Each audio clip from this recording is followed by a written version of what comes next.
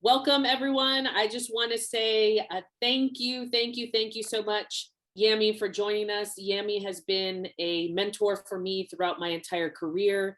She's been so generous and helpful. Anytime I've needed something, she's always been there. She's a part of a very special family to me. But I'm going to let Yami tell you a little bit about herself, where she's coaching, and where now. Welcome, Yami. Thank you, Lizette.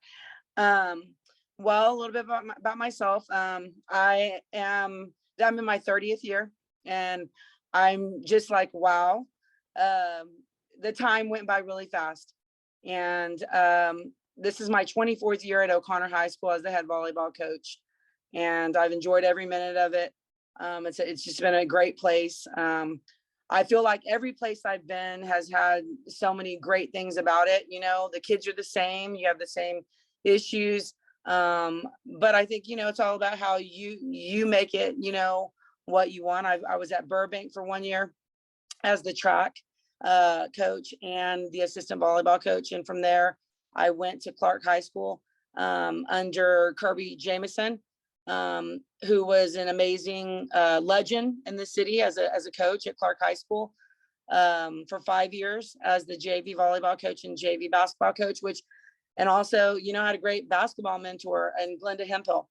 And her husband is actually our field and maintenance athletic director here at Northside. So I've been around some really great people. And then I have to mention my mom. My whole career started off with my parents. I'll say my parents.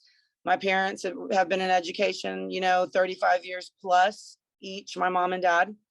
My dad started off as a football coach and then ended up his career as a principal. My middle school principal. And then my mom was a middle school coach and then ended her career as the head volleyball coach at Harlandale High School, who was my coach. So I have to say, I had no breaks. There was no time to slack. And, I think that's why I am where I'm at, because they gave me that tough love, and I was very, very fortunate to be around them, throughout all this time. Not everybody has that chance to do that. And I think I take that as I feel like I've been very lucky that's how my path went with my parents and my life all this time. So here I am in my 30th year. People ask how many more years. I'm like, I don't know. My daughter is a sophomore in high school. My son is a freshman in college. And, right now I feel like I need to go a couple more years, and we'll see. I still love what I do. I still love the competitive part of it. And I look forward to, teaching kids, to be, more than just a volleyball player, to be a good person. And I think that's what I take pride in most, when those kids come back and say, thank God you were so hard on me, and, look what I've done. And that means, more to me than the wins or any success that O'Connor's had. So that's a little bit about me. Yeah, that's an amazing story, Yami. 30 years. I can't believe that already. I know. I still feel like, and sometimes, like I'm in my 20s, like I haven't moved in my mind, but my body is telling me different. Yes. So. And your coaching tree is growing because you have a lot of your former players that are coaches in the city. Can you tell us a little bit about that? Okay, let me tell you, it's been awesome. It makes me happy when we have our very initial coaches meeting, and I see so many of our ex-athletes, as coordinators of their middle schools, head volleyball coaches in our district, and then just at East Central head volleyball. I mean, just everywhere. They're everywhere, and doing great things. And I love to hear their stories about, and I know this is a joke to them, but it's really not a joke. But we do this drill called 12-point block drill, and it was like a killer, and they're like, and we do 12-point block drill, and I don't let them, and I love those stories because it's such a great drill. I don't even know where I got it from, but it makes the kids, mentally strong. And I love that they take pride in what they're doing, and they're doing an amazing job. That's amazing what the kids remember, right? Yeah. They remember that, and they've taken it, and that's going to continue no matter where they go. And I'm sure the coaches that are under them and are going to take that same drill. So that's something, that's one little piece of something that these young women are taking with them that you've instilled in them. So that's amazing. Now Yeah. you talked a little bit about what inspired you, or who inspired you to go into this profession. Can you expand on that a little bit more? Well, I talked about my parents. They were just such great role models, and my dad continues to be, just by his work ethic, in his daily life. That makes me emotional. But I had my college coach, who is like a mom, who still will reach out and ask about my family and things like that. I call her many times when things aren't going my way, and she's got great advice. And then Kirby, I can always go to Kirby Jameson, to ask her the same things, as a leader, not just as a coach, but just as a leader. And then my sister. I mean, what an amazing, like I tell people this all the time, because sometimes they're telling me their story or things that are happening to them. And, I can't relate because I haven't had that issue or that problem, because I feel like I've just been like blessed with the path that I've had. It hasn't always been easy, but I just have those great people, my college coach, my parents, my sister, and Kirby. They've been a rock, for me. So I That's use that's awesome, because Denise, obviously longtime coach here, not only in the city, but just someone that you could rely on and lean on whenever you had some of those issues that maybe young coaches face, right, that right. as they enter some of these leadership positions, you had people that you could count on to always be there. And I think that that's telling, right? You Right. surrounded yourself also with other great leaders, because you mentioned Kirby, and Kirby's is a legend, not only here in San Antonio, but in the volleyball world overall. And I have to say, like uh Joanne at Churchill, she's been, an ear. She'll listen to me. I've been able to go over there and watch her practices sometimes, and vice versa. Robin Gerlich, she's come to watch my practice. Just people that I know are passionate about what they're doing. I I want to know, like, why has that been successful for you? And that'd be one thing, that I would tell young coaches. There's always things to learn. It doesn't matter. I'm in my 30th year and I'm still, like looking and asking and, to try to be better. To challenge myself. Things change, the game changes. If I don't make those changes, if I don't try to keep up, then, we wouldn't be successful. So there's a lot of good coaches out there that I think of and that I can talk to, and I feel grateful for that. Yes, and you are one of those coaches as well for so many people, because you've been so willing to help others. That is evident in not only my career, but anyone that I've ever spoken to. It's always, well, Denise helped me, and then Yami helped me, and it was instrumental in my own career. Now, Yami, what are some obstacles or challenges that you faced within this coaching profession? Now, it may not have been here locally, but on the larger scale. What are some of those things that you faced? Um, the obstacles, I mean, I honestly, like I said, can't think of anything like huge. One thing, like, our district is so big, and we keep spreading out, and we want to stay competitive, but it makes it really hard.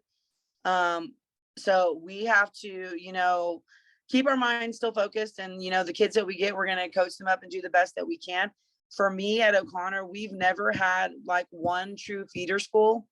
It's been 3, it's been 4 schools. So that's been an obstacle, because how do I get to this school and this school and this school? but we make it happen. My assistants will go on certain days and I'll go on certain days, and we just spread it out. But the middle school coaches knowing, that, hey, we're not going to be there every Monday because we have to rotate ourselves around. That's been a challenge, but I wouldn't trade where I'm at, for the world. Other than that, I can't think of any really big obstacles. I'm not sure what my sister said, but I can't think of any. It's been good. The day-to-day things don't always go your way. The teams go, every team is different. And that's always an obstacle. That's always a challenge. And what I've learned from beginning to now, is that specifically, that every team is different. How am I going to get the most out of this team? It's not going to be the same like last year, and that's a challenge, and that sometimes can be mentally draining. Now, what is it, as we celebrate Hispanic Heritage Month, what does it mean to you to be a Latina leader in this coaching profession, knowing that there aren't very many of us in these leadership positions? When we look at the grand scale, the state of Texas, we don't see a lot of Yami Garcia sitting at the table, unless they're in San Antonio, the Rio Grande Valley, Laredo, El Paso, but we're not seeing the Latinas at the table. So what does it mean to you to be a leader? It makes me, proud. I just go back to, I don't know why, that there aren't more Latinas up there. I look back, I have to go back to my mom, an amazing leader.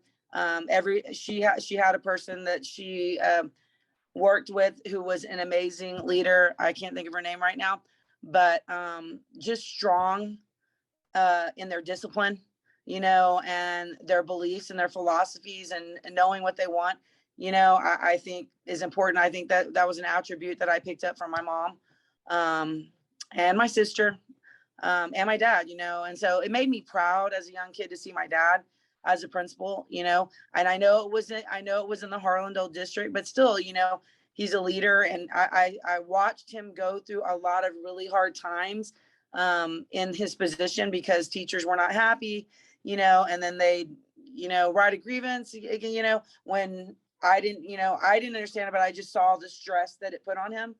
But he stuck it out and made us stronger, my sister and I, to, hey, you stick to your beliefs, and make sure that you're always fair and consistent, and you'll do well.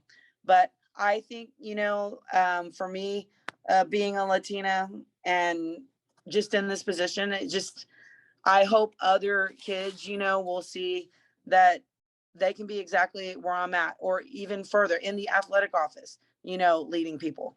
And so I look forward to seeing that. There's a lot of strong kids, and hopefully that when they leave here, I was saying this the other day, this is the first time in our program we've had so many Hispanics, and I think the demographics are changing. And there's a lot of great kids. So maybe they pick up something and, and they strive to be, leaders in whatever they do. I even had a mom email me the other day, and the Hispanic kid that I had, who was my best blocker in all my years here. And she said, I want you to know your girl just finished her residency, and now she's going for her OBGYN, whatever.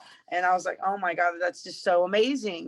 Look at that, and I think the potential's out there. You just have to believe and go for it, whatever it is, believing, and go for whatever you believe in. Absolutely. Absolutely. Now, this last question, it trips some people up. What is a favorite tradition? This can be a family tradition or something that you have included or incorporated there at O'Connor, a Latino Hispanic tradition that you feel is special to you. This is like old, but we used to make fun of, like, you have to wear, like, I know this is inappropriate, and you can, but like, whatever, it has to be the same socks, or you're superstitious about, like, your undergarments, or those on game day, you must wear those things. And so that is a superstition here at O'Connor. I'll just say that.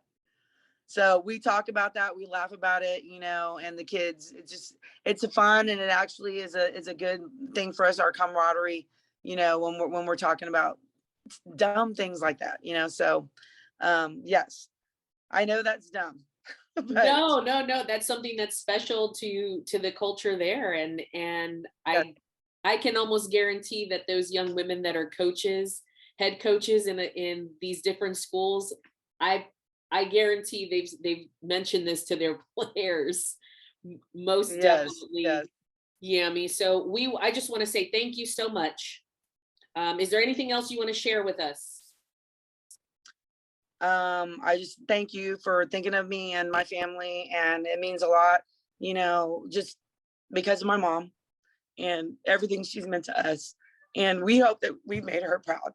And so, and my dad too. So that's it. Yeah, you all are royalty in the volleyball family, in the volleyball world here in not only San Antonio but in Texas. And your family is very, very special to me. I've said it multiple times already to Sarah, to Denise, and to yourself. I want to say thank you for everything that you did to help me grow as a coach, as a young woman, as a young coach. And always being so willing to help. And I know that you have impacted so many lives, Yami, well beyond your belief. And your parents are proud, most definitely. So thank you, thank you, thank you so much. Thank you, Lizette. Thank you.